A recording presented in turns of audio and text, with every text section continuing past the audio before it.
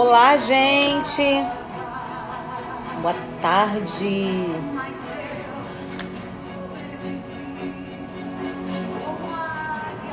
Olá, olá. Vamos chegando aí. Já vou colocar aqui. Seja bem-vindo, Lucas. Seja bem-vindo, Michele. Esse é o tema de hoje.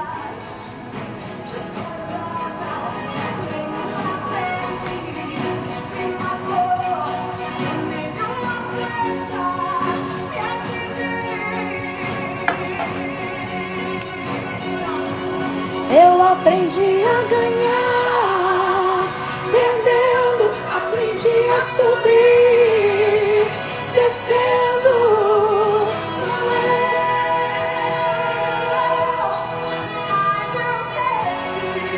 Oh!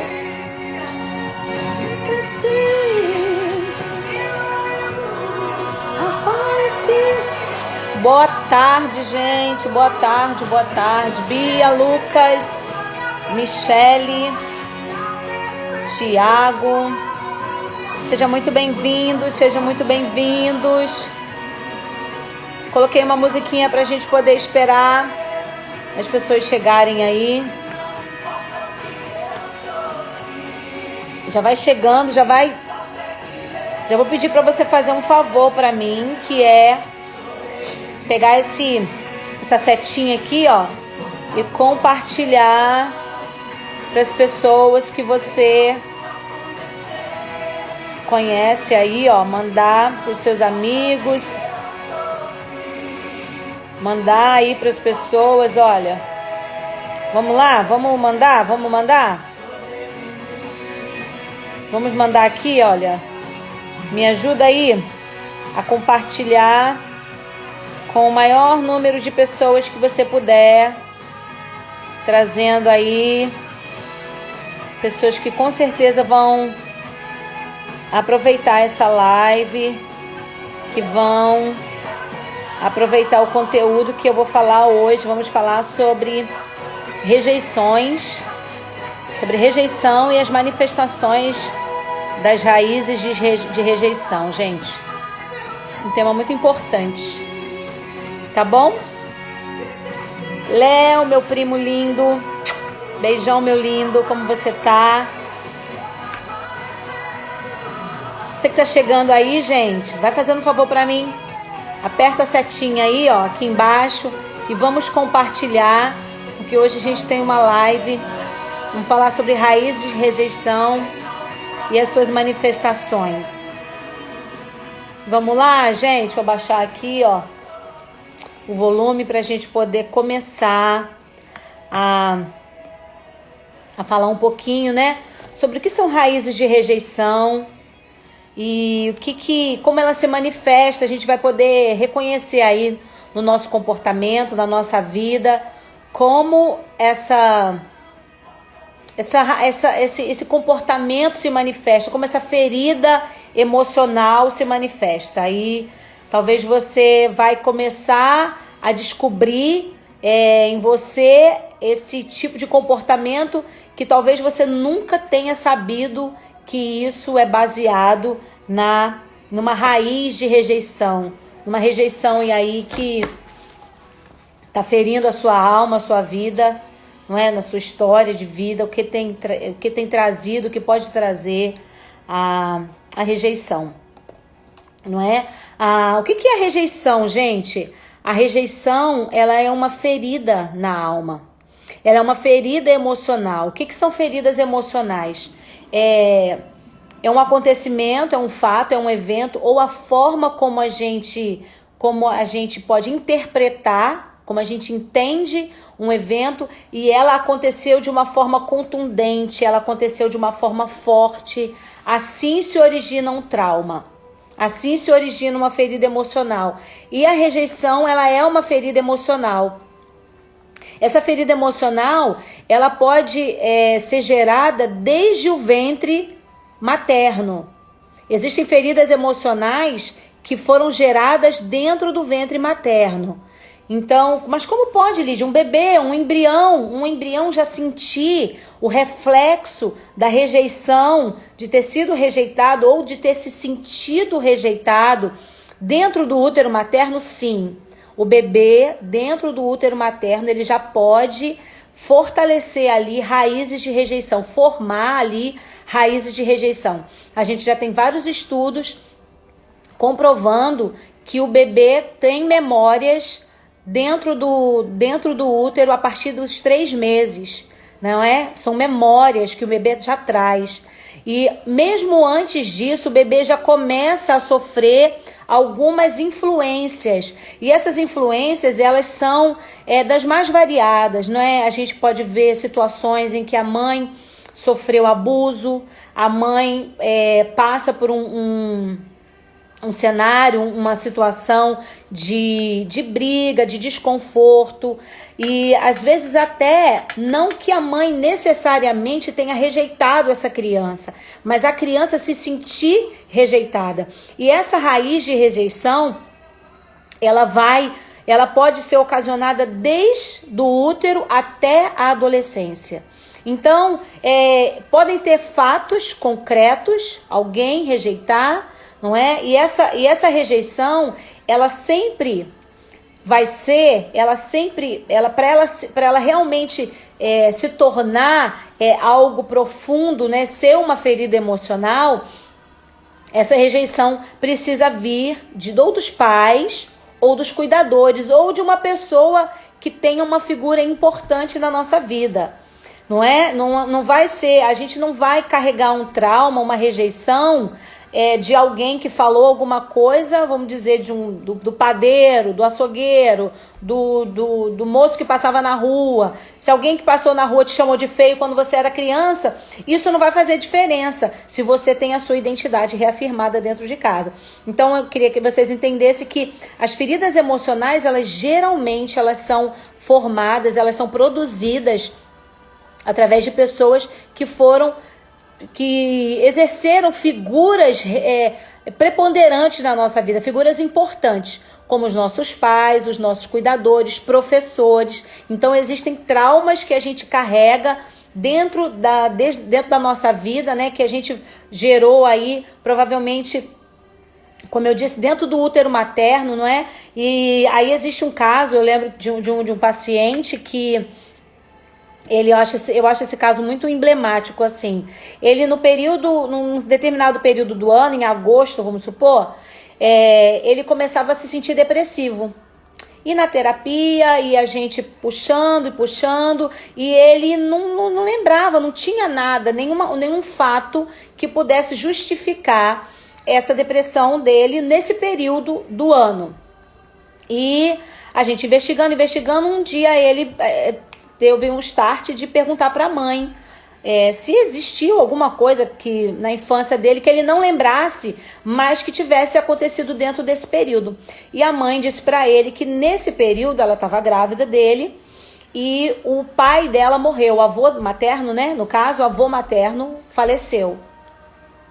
Então, você vê que a mãe sofreu todo esse luto, toda essa tristeza, toda essa perda com ele dentro do ventre. Ele ainda era um bebê, ele era ainda um bebê ainda dentro da barriga da mãe, ele não tinha nascido.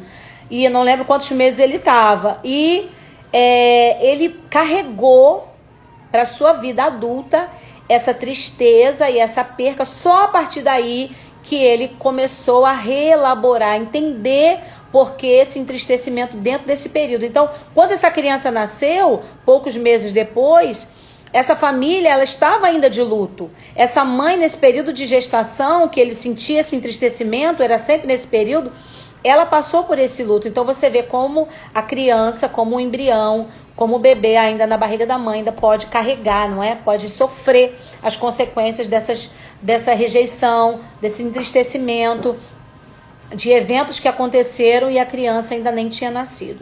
Então é interessante a gente saber como surgem essas feridas de rejeição.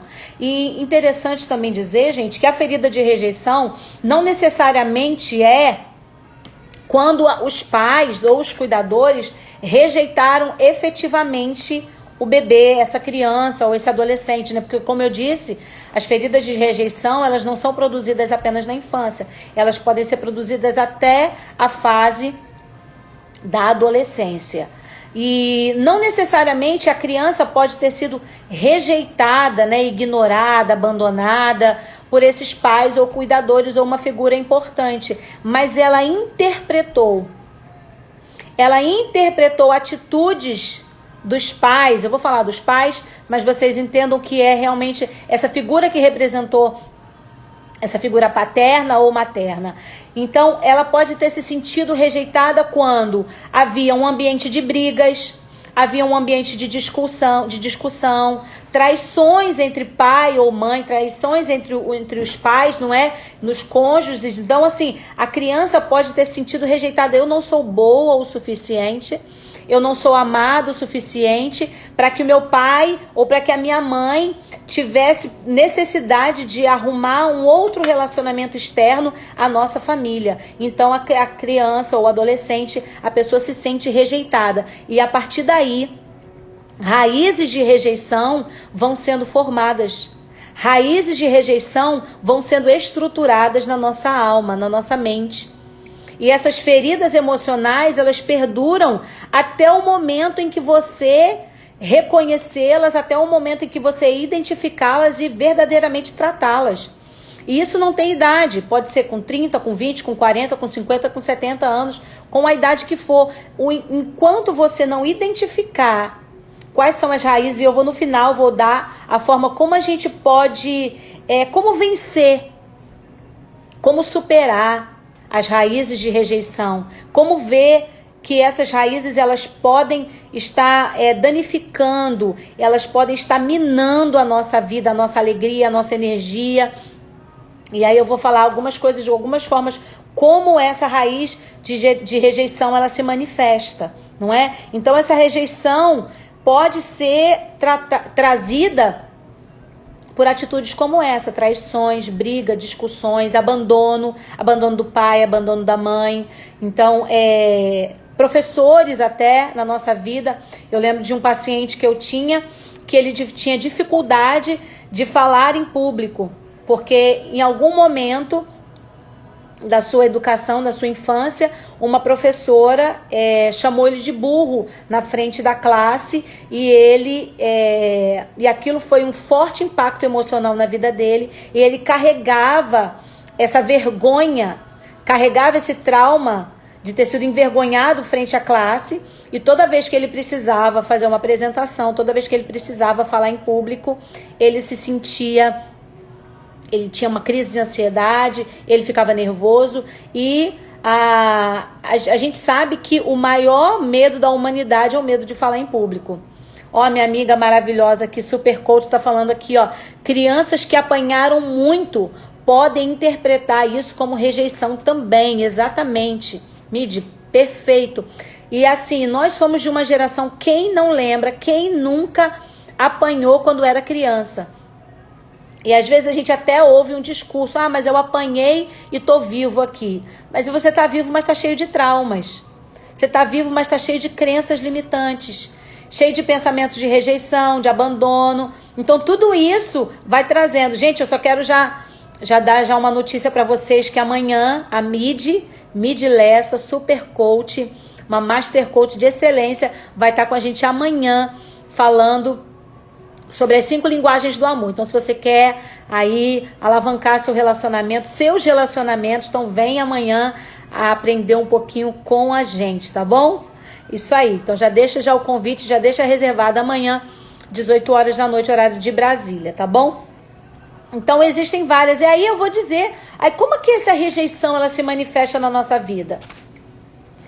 Como é que ela se manifesta? Aí você vai começar, se você quiser pegar um papel e uma caneta, para você começar a anotar algumas formas como essa rejeição... Deixa eu ajeitar minha cadeira aqui, gente. Algumas formas como essa rejeição se manifesta nas nossas vidas.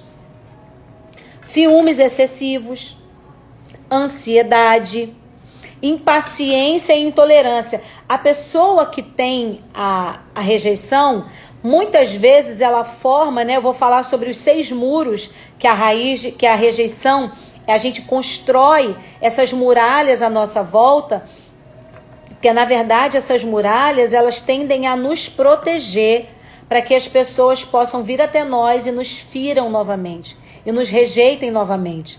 Mas aí você está falando assim, Lígia, não tem nada a ver, eu não fui rejeitada. Eu tive pai, eu tive mãe, eu fui amado.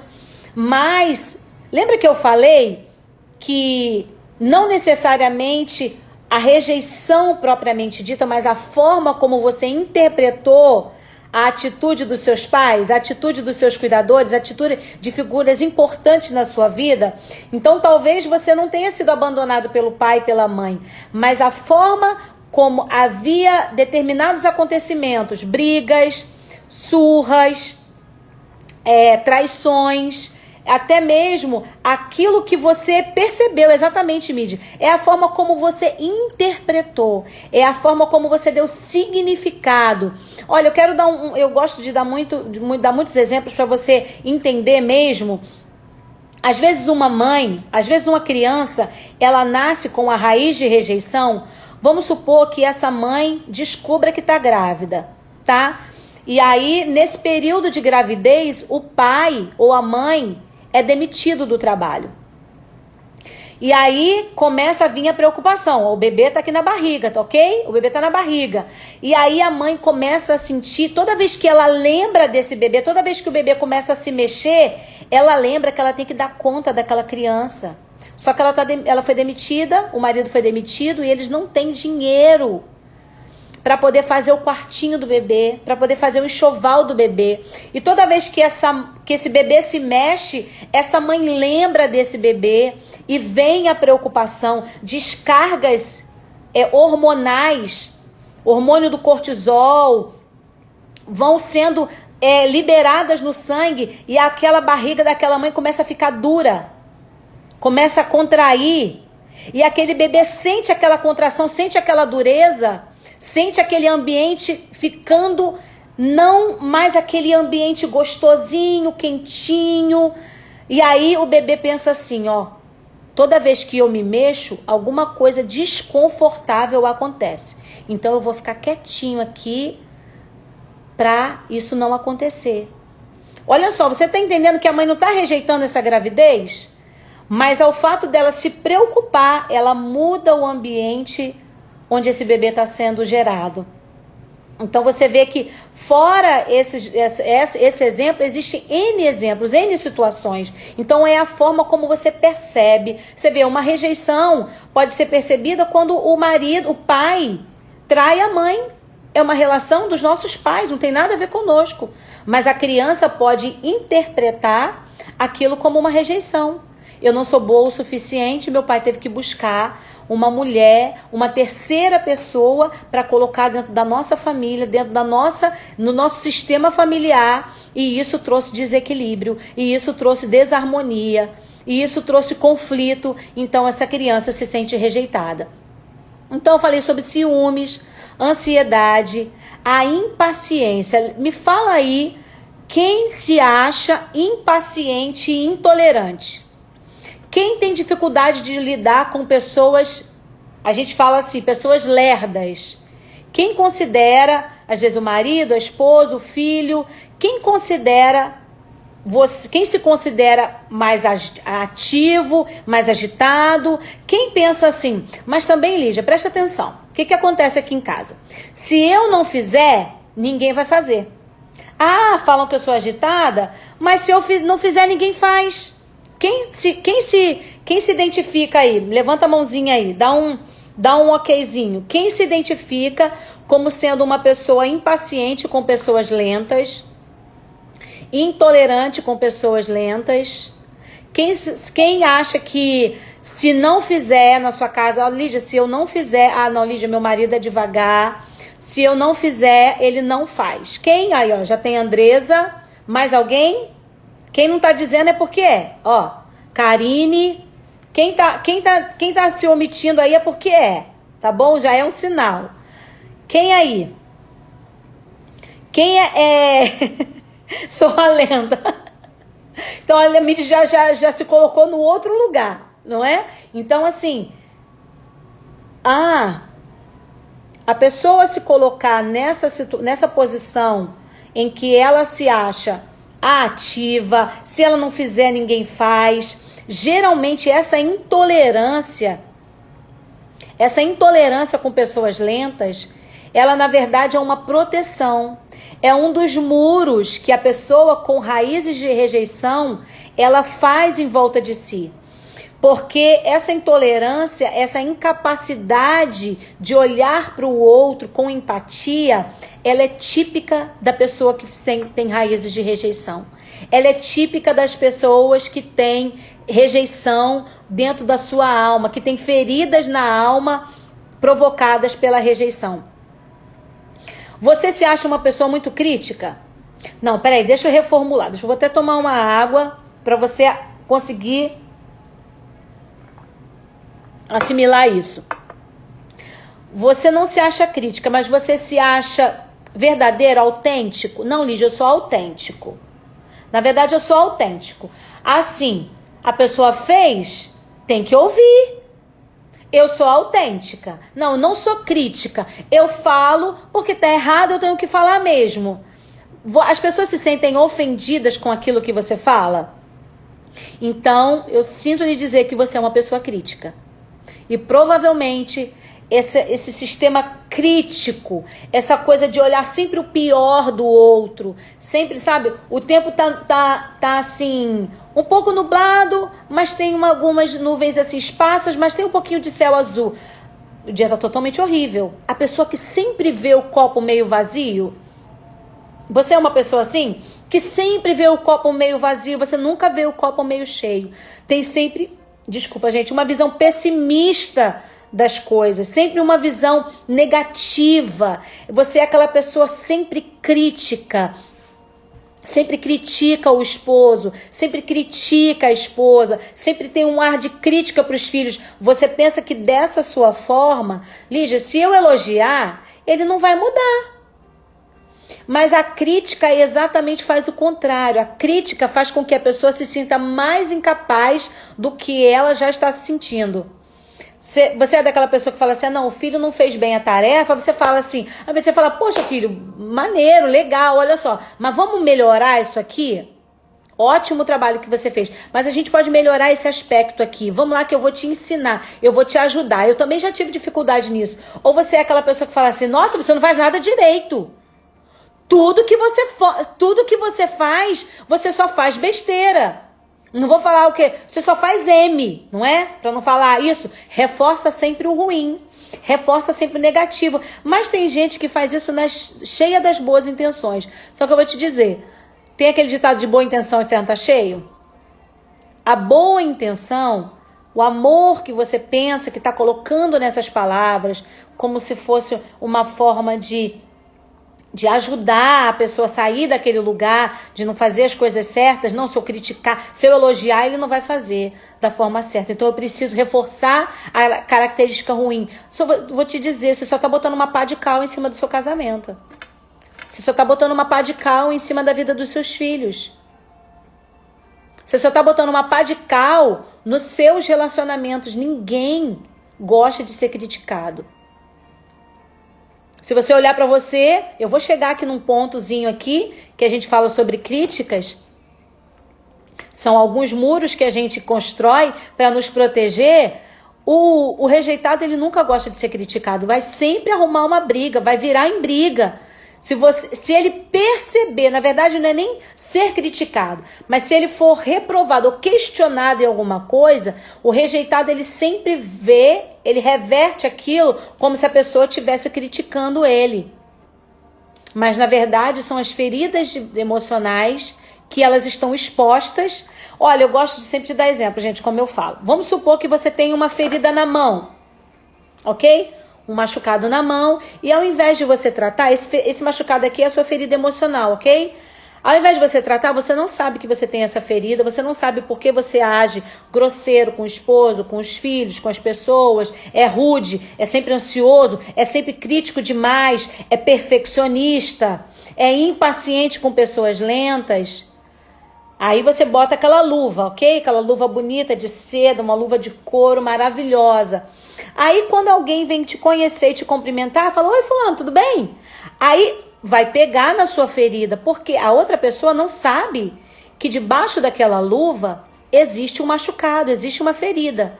E aí alguém que vem te cumprimentar de forma delicada, de forma cordial, você vai interpretar como sendo algo proposital que ele fez para te ferir. Não, ele pegou na minha mão, ele sabia. Não, ele não sabia. Ele não sabia. Não tinha uma sinalização. Então, assim são as nossas feridas emocionais. Eu vejo pessoas assim que às vezes numa mesma situação, alguém fala alguma coisa, mas aí depois fala, você ouviu como ela falou? Como ela quis me ofender? Eu falei, não, fulano, mas nem te conhece. Não, ela quis me ofender. Ela falou de propósito. Então, a pessoa que está sempre tomando para si. Sempre tomando para si a ofensa. Sempre tomando para si a rejeição. Esse é um sinal, não é? A pessoa, você tem vício em fazer? Olha, é uma coisa que é tão comum isso. A pessoa que tem ferida de rejeição, ela, e que é perfeccionista, ela entende que ela precisa estar sempre fazendo para ela se sentir amada. Porque ela não é boa o suficiente, ela mesma não é boa o suficiente, ela por si só não é boa o suficiente a ponto de ser amada só pelo que ela é. Então ela precisa o tempo todo estar fazendo. Gente, eu identifico isso muito em nós mulheres. Vocês mulheres que estão aqui, se puderem me dar um joinha, cheia de fraturas emocionais, enquanto alguém encosta dói. É exatamente isso. Se você mulher, homem também pode colocar um joinha, mas você mulher, eu identifico isso muito nas mulheres. Nós temos vício em fazer. A gente fica o tempo todo fazendo. Você tá em casa, você não relaxa. Tá fazendo uma coisa aqui, tá fazendo outra coisa ali, tá arrumando aqui. Porque e você justifica, qual é a justificativa? Lídia, mas se eu não fizer, ninguém faz. Mas você não dá oportunidade, amada. Lídia, mas se eu não fizer, nunca vai ser bem feito. Mas você não reforça. A pessoa vai fazer do jeito dela. Esse seu perfeccionismo é uma forma de tamponar. Porque você não deixa nem a pessoa fazer para a pessoa não perceber que você tem algum defeito. É uma forma de você criar, é assim como a impaciência. Ela forma essa proteção para não expor os próprios defeitos. Você não quer. Porque se eu expuser os meus defeitos, eu vou ser rejeitada de novo. E isso, gente, são processos inconscientes. Uma das primeiras necessidades do ser humano é a necessidade de aceitação. Ninguém quer ser rejeitado. Então eu crio, Lídia, esse muro de proteção. Eu vou falar sobre os muros e eu quero que você começa a ir se identificar e me botando joinha aí se você está se identificando. Então, assim, a arrogância, o orgulho, eles são muralhas, eles são, na verdade, manifestações de pessoas com a raiz de ferida emocional na vida. Pessoas com orgulho, pessoas orgulhosas e pessoas arrogantes. Por que elas precisam ser orgulhosas e arrogantes? Porque elas precisam elas precisam se colocar como se fosse muito de si, como se elas se valorizassem demais, porque ela sente que o outro não valoriza ela. Então, são algumas manifestações. A pessoa que é hiperperfeccionista, o hiperperfeccionista, ele tem um padrão que é inatingível. Sabe aquela mãe, aquele pai, que tudo que os filhos fazem nunca tá bom o suficiente, que tudo que os filhos fazem nunca chega no padrão de qualidade deles, é um padrão intangível. E isso vai criando uma bola de neve, vai criando os filhos altamente ansiosos, porque o filho tem essa necessidade, né, de atender a demanda do pai e da mãe, de atender esse alto padrão, mas nunca consegue, porque ela criou um padrão, a gente cria um padrão, mas isso tudo são muros, são manifestações de pessoas que têm essa ferida de rejeição. Mas hoje a gente está falando sobre isso e eu vou te dar ferramentas no final. Então fica comigo aí. Eu vou te dar algumas ferramentas no final para você vencer. Para você vencer. E todo o processo de mudança de comportamento, para quem não leu ainda, gente, eu indico essa leitura, é o livro O Poder do Hábito. Esse livro é maravilhoso. Ele é um livro grossinho. Eu não sei, eu leio bastante, eu não sei se ele tem 300 e poucas páginas ou é 600 e poucas páginas, uma coisa assim. Eu sei que ele é um livro bem grossinho, mas ele é um livro maravilhoso.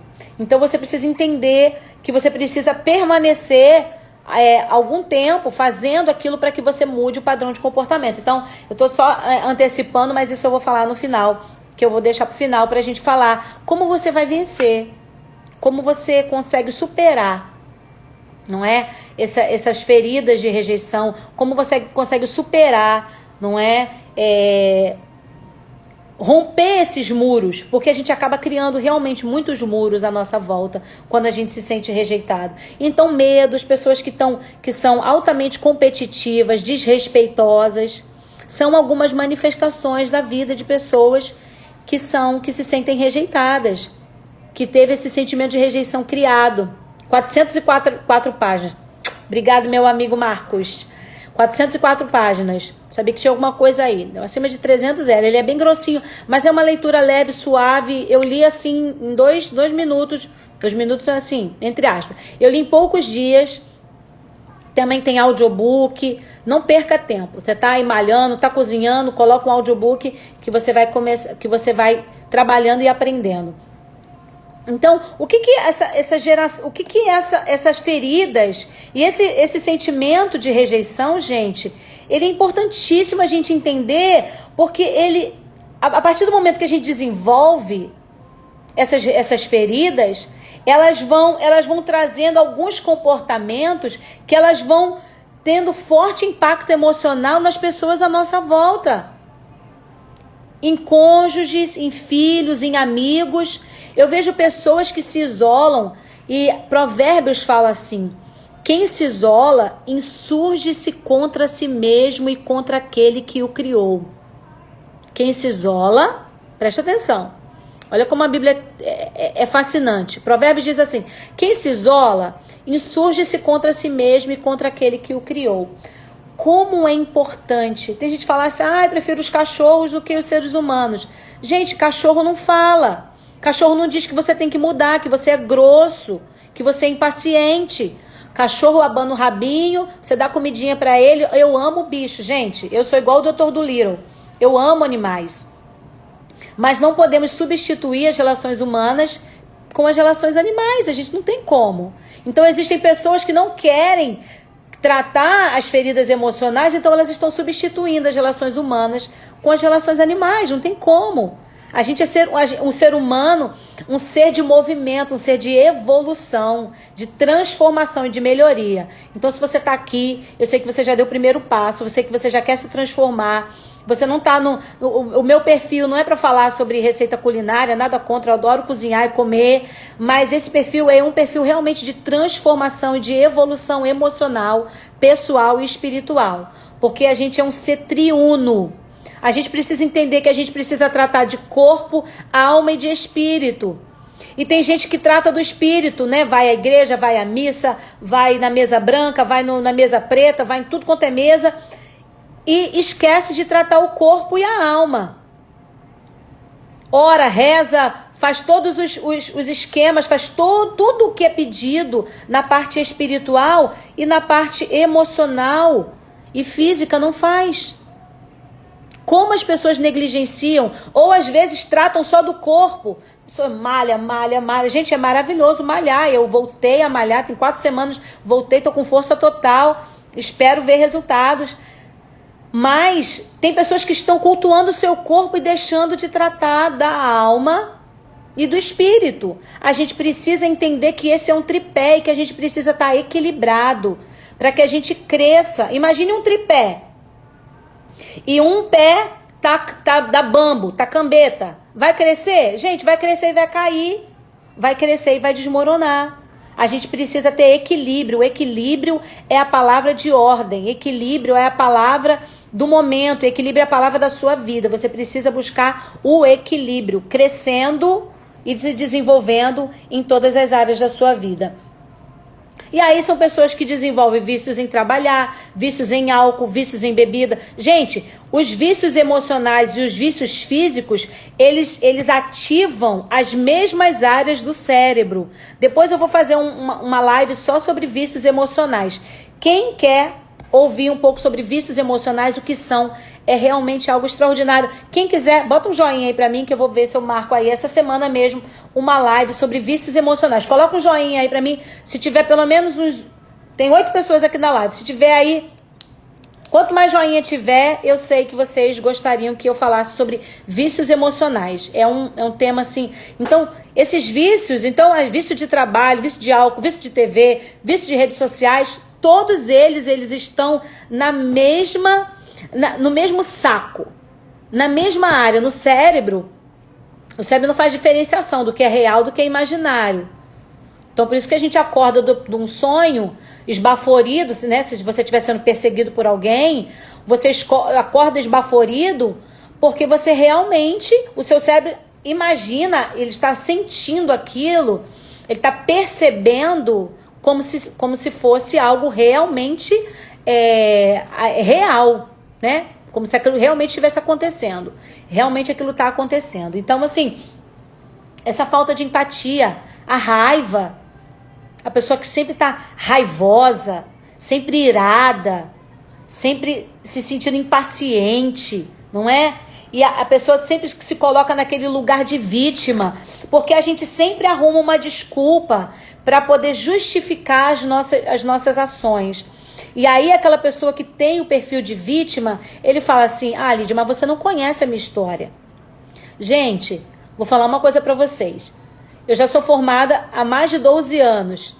E o tanto de histórias que eu já ouvi no consultório, eu não gosto nem de repetir. Algumas eu trago como exemplo, né, nas lives, nos conteúdos, quando a gente se relaciona. Às vezes eu trago em palestras, eu trago como exemplo algumas coisas, mas coisas mais pesadas eu não gosto de trazer, porque tem gente que não está assim preparado, não é? Se você não estiver num grupo de estudo, mas eu já ouvi muita história, muita, desde as mais leves às mais pesadas. Então, assim, você vai me contar uma história, eu vou saber que é uma historinha, e você vai me dizer: mas Lídia, você não sabe como eu sofri. Meu pai me abandonou, eu fui abusado, eu fui abandonado, eu fui rejeitado, minha mãe me rejeitou, minha mãe queria me abortar. Várias histórias. Mas esse lugar de vitimização, existe uma frase que é muito falada: não importa o que fizeram com você, o importante é o que você fez com o que fizeram com você. Não importa como tenha sido a sua história, mas o que você está fazendo com aquilo, com a história da sua vida. O que você está fazendo? Você está aproveitando esses percalços, esses problemas, para você se transformar numa pessoa melhor, numa pessoa mais transformada, mais elevada, procurando renovar, reelaborar, ressignificar o seu passado? Ou você está preso no passado, acorrentado nos acontecimentos do passado, se vitimizando e mostrando: ah, mas olha aqui, ó, tá vendo? Aqui me feriram. Gente, não vai... Esse lugar de vítima, ele não traz benefícios para ninguém, nem para você, nem para os outros à sua volta. Então, a vitimização, não é? Então, assim, a pessoa não se sentir amada o suficiente, baixa autoestima, baixo autoamor. E o que isso provoca, gente, na nossa volta? O que isso provoca? Filhos machucados, cônjuges machucados, pais e mães machucados, amigos, não é? E aí você vê pessoas com obesidade, pessoas com problemas de saúde, pessoas que desenvolvem determinados tipos de doença, todos eles relacionados, problemas financeiros. A pessoa que tem aquela síndrome de Fênix, né? Ela renasce das cinzas, mas depois ela desce de novo, porque ela é a Fênix. Ela é a Fênix. Ela pode ter o problema que for, porque eu renasço das cinzas, mas daqui a pouco eu renasço, eu vou, mas daqui a pouco eu procuro um outro problema para eu cair. Então a pessoa vive assim, ó. Um zigue-zague, alto e baixo, alto e baixo. Ela nunca voa e vai planando e vai subindo. Não. Ela sempre procura ter.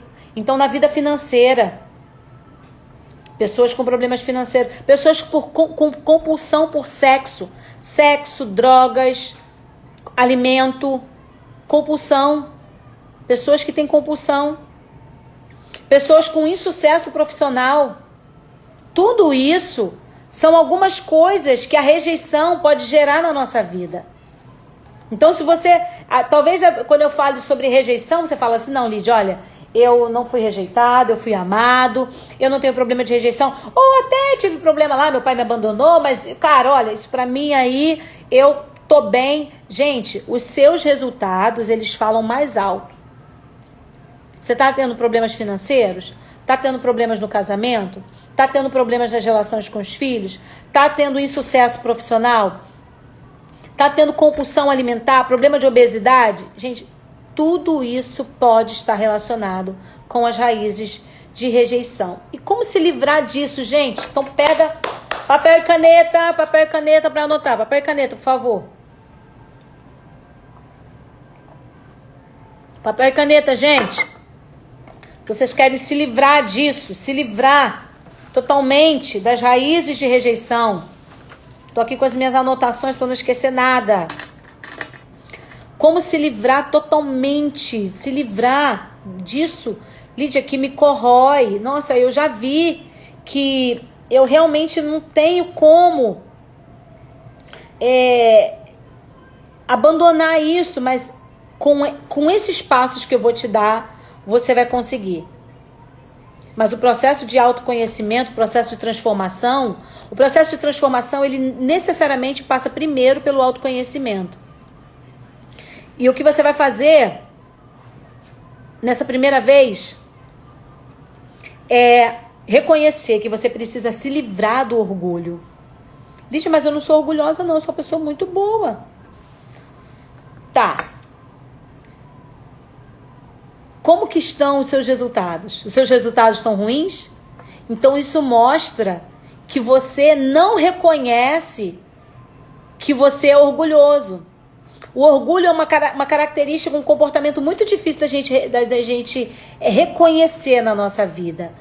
Porque o orgulho está muito ligado a alguma coisa negativa. Ele é negativo realmente. Então, a gente reconhecer características negativas na nossa vida é muito difícil. Mas você, infelizmente ou felizmente, você vai ter que reconhecer para você que você é orgulhoso. E você vai precisar remover essas máscaras. Remova as máscaras de orgulho, de altivez, de prepotência. Remova as máscaras. Se existem esses padrões de rejeição na sua vida, se você conseguiu identificar alguns, então assuma para você mesmo, assuma para você mesma que você realmente precisa. Lídia, eu preciso. Eu vou quebrar. Porque assim, gente, se a gente não se coloca nesse lugar de quebrar o nosso próprio orgulho, a vida quebra pra gente. A vida quebra o nosso orgulho. Costumo dizer, né? A vida quebra a nossa crista. Se a crista, sabe aquela crista do galo? Aquele tupetinho que o galo tem? A vida quebra o nosso orgulho, a vida quebra a nossa crista. Então você precisa, o primeiro passo para vencer essa ferida de rejeição e superar, é você realmente reconhecer e tirar, arrancar, jogar fora essas máscaras que você tem usado. Você tem construído muros ao seu redor. Eu preciso falar sobre esses muros para você entender. Você vai identificar quais desses muros você tem colocado à sua volta. A gente cria muralhas. Ninguém que já foi ferido uma vez vai querer ser ferido de novo. Então o que a gente faz? A gente cria muros. E aí eu vou te dizer quais são os muros que você pode criar aí à sua volta e você vai observar qual tipo de muro que você tem construído ao seu redor. O muro número 1 são os votos secretos. Depois que te humilharam, depois que te rejeitaram, você disse assim: agora ninguém mais na vida me machuca. Agora ninguém mais na vida me rejeita. Você foi abandonado, rejeitado pelo pai? Agora você fala assim, agora homem nenhum me humilha. Agora homem nenhum me rejeita. Aí você se fecha. Fechado para balanço, sabe? Aquela pessoa que não se relaciona com homem algum, com mulher alguma. Também não quero saber de gente mais. Amigos, nenhum. Não. Ninguém vai me humilhar. Ninguém vai me rejeitar mais. Então esse muro que a gente faz ao nosso redor, que é o muro dos votos secretos. Você fala para você mesmo, nunca mais ninguém vai me humilhar na frente dos outros, vai chamar minha atenção na frente dos outros. Nunca mais. Quais são os votos secretos que você tem feito para você mesmo? Você está identificando aí? Você se identifica com esses votos secretos? Vai identificando aí, porque isso faz parte do processo de cura. Faz parte do processo de você se livrar dessas raízes de rejeição. O segundo muro é o muro do fingimento. Esse muro do fingimento, eu não sei, talvez aí você vai reconhecer quando eu te falar. Você finge que tá sempre tudo bom. Você finge que tá sempre tudo bem. Você não consegue se abrir com ninguém da sua vida. É aquela pessoa que pode passar o problema que for. Ela tá sempre blasé. Você não consegue se abrir para ninguém. Você quer fingir para as pessoas que a sua vida é perfeita. Lídia, mas eu tenho que sair por aí falando dos meus problemas? Não. Você não fala pro seu marido, você não fala pra sua esposa, você não fala pros seus filhos, você não fala pra sua mãe, você não fala pro seu melhor amigo. Você não fala porque você finge ter uma vida perfeita. Você finge ter uma vida maravilhosa. Então, esse muro do fingimento é um muro que você tem construído ao seu redor? Ele é um dos muros da rejeição. O muro do fingimento. O terceiro muro é o muro da autodefesa. Nossa! A pessoa que tem autodefesa, ele tá sempre se protegendo para que de alguma forma ou de outra ele não seja ferido novamente. É essa a função das muralhas, dos muros que a gente faz ao nosso redor, que a gente constrói quando a gente tem feridas de rejeição. E esse muro da autodefesa, a pessoa está antecipando o sofrimento. Gente, olha, eu vou dizer esse exemplo, eu quero que você me coloque um joinha aí se isso acontece com você. Esse terceiro muro, que é o muro da autodefesa, geralmente é aquela pessoa que faz assim. Olha, isso a gente vê muito, né, nas redes sociais, a gente vê muito isso. Ontem eu vi uma pessoa postando assim, gente, daqui a 5 meses é meu aniversário, olha o muro da autodefesa. Então, para ela não se sentir rejeitado, para ele não se sentir rejeitada, o que ele faz? Mês que vem é meu aniversário, dia 27 a gente tá em agosto, né? Dia 27 de setembro é meu aniversário. Não é 27 de setembro meu aniversário não, tá, gente? Meu aniversário é só em novembro. Mas, mês que vem é meu aniversário. Amor, mês que vem é nosso aniversário de casamento. Então, essa autodefesa é uma forma dele não deixar o marido esquecer, não deixar a esposa esquecer. Gente, olha só, aquelas pessoas, eu tenho várias amigas que são assim, vários amigos que são assim. Olha, mês que vem é meu aniversário. Daqui a 15 dias é meu aniversário. Gente, olha só, eu vou fazer aniversário, porque a pessoa não quer ser esquecida. É doloroso para ela. Então ela cria essa autodefesa, cria essa defesa em volta, esse muro de autodefesa, para que a pessoa para que ela não se sinta rejeitada. Então ela tá sempre lembrando, isso é só um exemplo, ela tá sempre lembrando as datas importantes. Amor, semana que vem é nosso aniversário de casamento. Ai dele né? Para ele pensar assim, ai dele se ele esquecer meu aniversário de casamento. Então, você tem um muro. Então, Débora, você tem um muro da autodefesa. Você tem um muro da autodefesa. Parabéns, Débora. O autoconhecimento de como está o nosso estado. A gente só consegue, gente, a gente precisa entender que a gente só consegue sair de um ponto para o outro, num GPS, se a gente sabe onde a gente está. Para você setar o GPS, você botar o GPS no endereço para onde você vai, você precisa dizer de onde você está saindo. Então você precisa saber quais são os muros que você precisa construir. Débora, você está no caminho certo. Você está se conhecendo. Para você saber qual remédio que você tem que tomar, você precisa saber qual doença que você tem. Não se toma remédio para dor de cabeça, para coluna e para dor de coluna. Não, o remédio é para coluna. Então é importante aí. Você tem esse muro da autodefesa? O muro da defesa verbal. Gente, o muro da defesa verbal é aquela pessoa que ela argumenta, debate. Ela nunca quer sair de um debate sem a razão. Ela quer sempre estar com a razão. Ela precisa sempre sentir que ela ganhou. Então, num debate, ela sempre vai levar a discussão até que ela dê o ponto final. Até que ela dê a última palavra. Até que ela se sinta vencedora. Porque se ela não se sentir vencedora, ela vai se sentir rejeitada. Mais uma vez eu perdi. Mais uma vez eu fui derrotada. Então eu não posso. Eu preciso levar esse muro da autodefesa ao meu redor para me proteger, para eu me sentir blindada. Esse é só o quarto muro, tá, gente? Tem mais 2. Para eu me sentir blindada, para eu me sentir protegida. Então eu levanto o muro da autodefesa. Ah, ninguém me ganha no debate.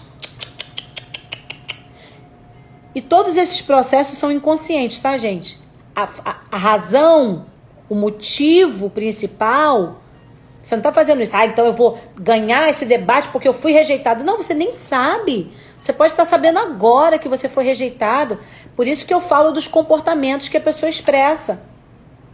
Porque às vezes a gente não reconhece. Mas quando você fala, você se identifica. Não, cara, realmente eu tenho esse comportamento. Então eu fui rejeitada, mas como? Não, Lídia, eu fui amada.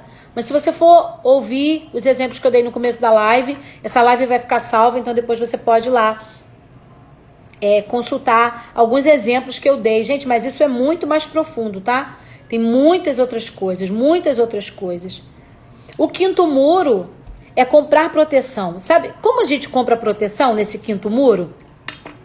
É sendo aquela pessoa boazinha com todo mundo. Lídia, eu sou boazinha, eu sou muito boa. Olha, eu nunca falo não pra ninguém. Eu quero comprar proteção. Eu compro com presentes, eu compro com bolinho, eu compro servindo. Lídia, mas tem problema em servir? Não, claro que não. Não tem problema em servir. Mas qual é a motivação? Gente, o importante é aqui que a gente está falando, é a motivação pela qual você está fazendo isso. Você está fazendo um ato de bondade, mas não é pela... Ah, não, ele está com sede. Não. Eu quero me sentir boazinha. Então você compra proteção. Você compra proteção com presentes, sendo boazinha, nunca dizendo não para as pessoas, dizendo sim para tudo. Então você se sente colocando esse muro, comprando a proteção, manipulando as pessoas. Você está manipulando. Infelizmente, sinto lhe dizer.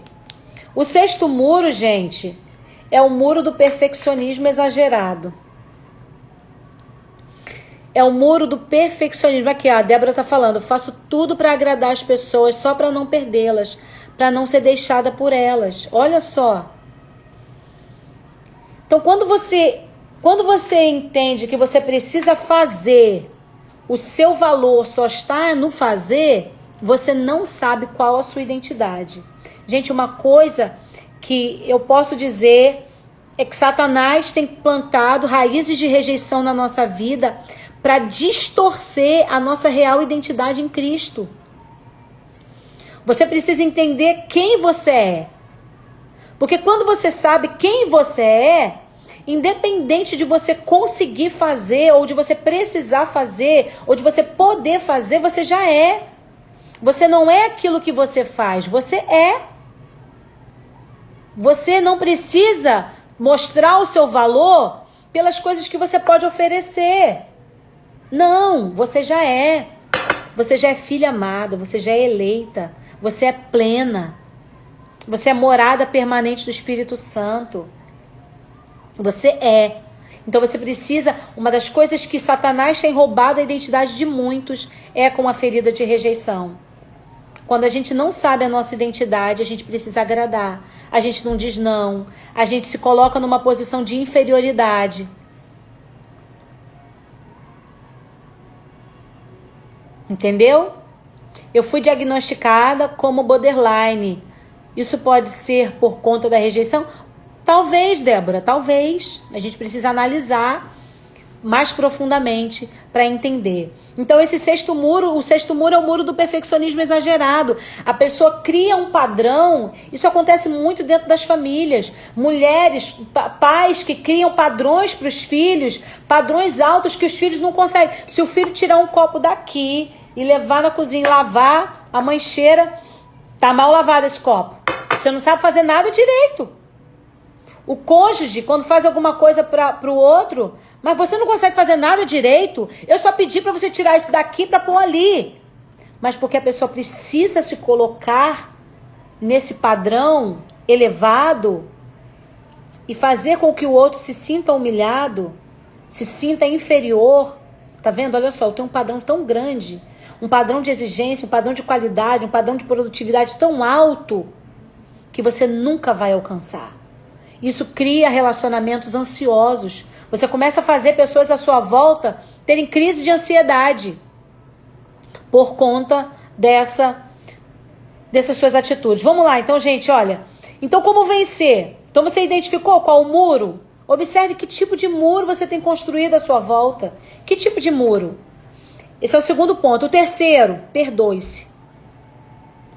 Tem pessoas que carregam mágoas de si mesmo por erros que tomaram no passado, por atitudes erradas que fizeram no passado, que tomaram no passado. Você, no passado, você tinha a cabeça do passado. Você não tinha ferramentas que você tem hoje. Você faria o mesmo, cometeria o mesmo erro hoje, mas, Lídia, eu abortei, Lídia, eu cometi um crime, Lídia, não precisa ser algo tão grande como um aborto, como um crime. Mas, Lídia, olha só, eu tive uma discussão com meu pai e disse que eu odiava ele na cara dele. Eu não me perdoo por conta disso. Eu disse pro meu filho palavras que eu nem tenho coragem de repetir. Você hoje faria a mesma coisa? Não, Lídia, eu não faria. Então perdoe-se, você não é a mesma pessoa. Você aprendeu. Você aprendeu com as suas atitudes ao que não fazer. E a partir daí, você é uma pessoa transformada. Então perdoe-se. Você teve atitudes reprováveis? Tá. Mas, Lídia, a partir de agora eu não quero agir mais assim. Mas eu não consigo esquecer. Perdoe-se. Quando a gente se perdoa, o perdão, ele é algo poderoso.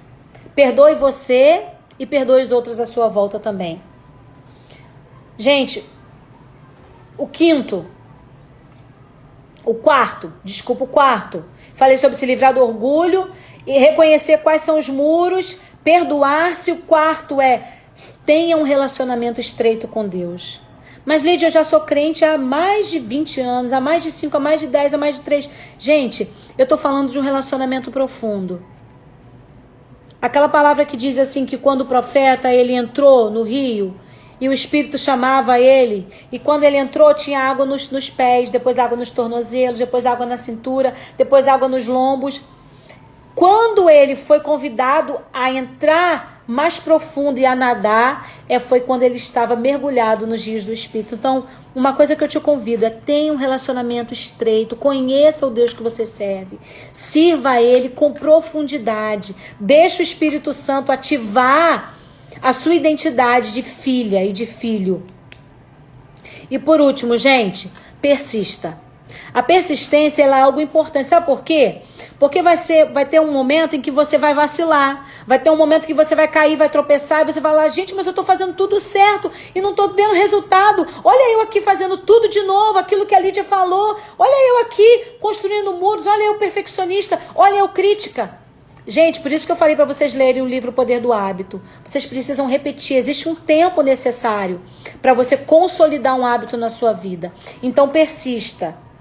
Tão importante quanto começar a caminhada numa maratona é permanecer nessa caminhada. E a vida ela não é um tiro de meta, uma corrida de 100 metros rasos, ela é uma maratona.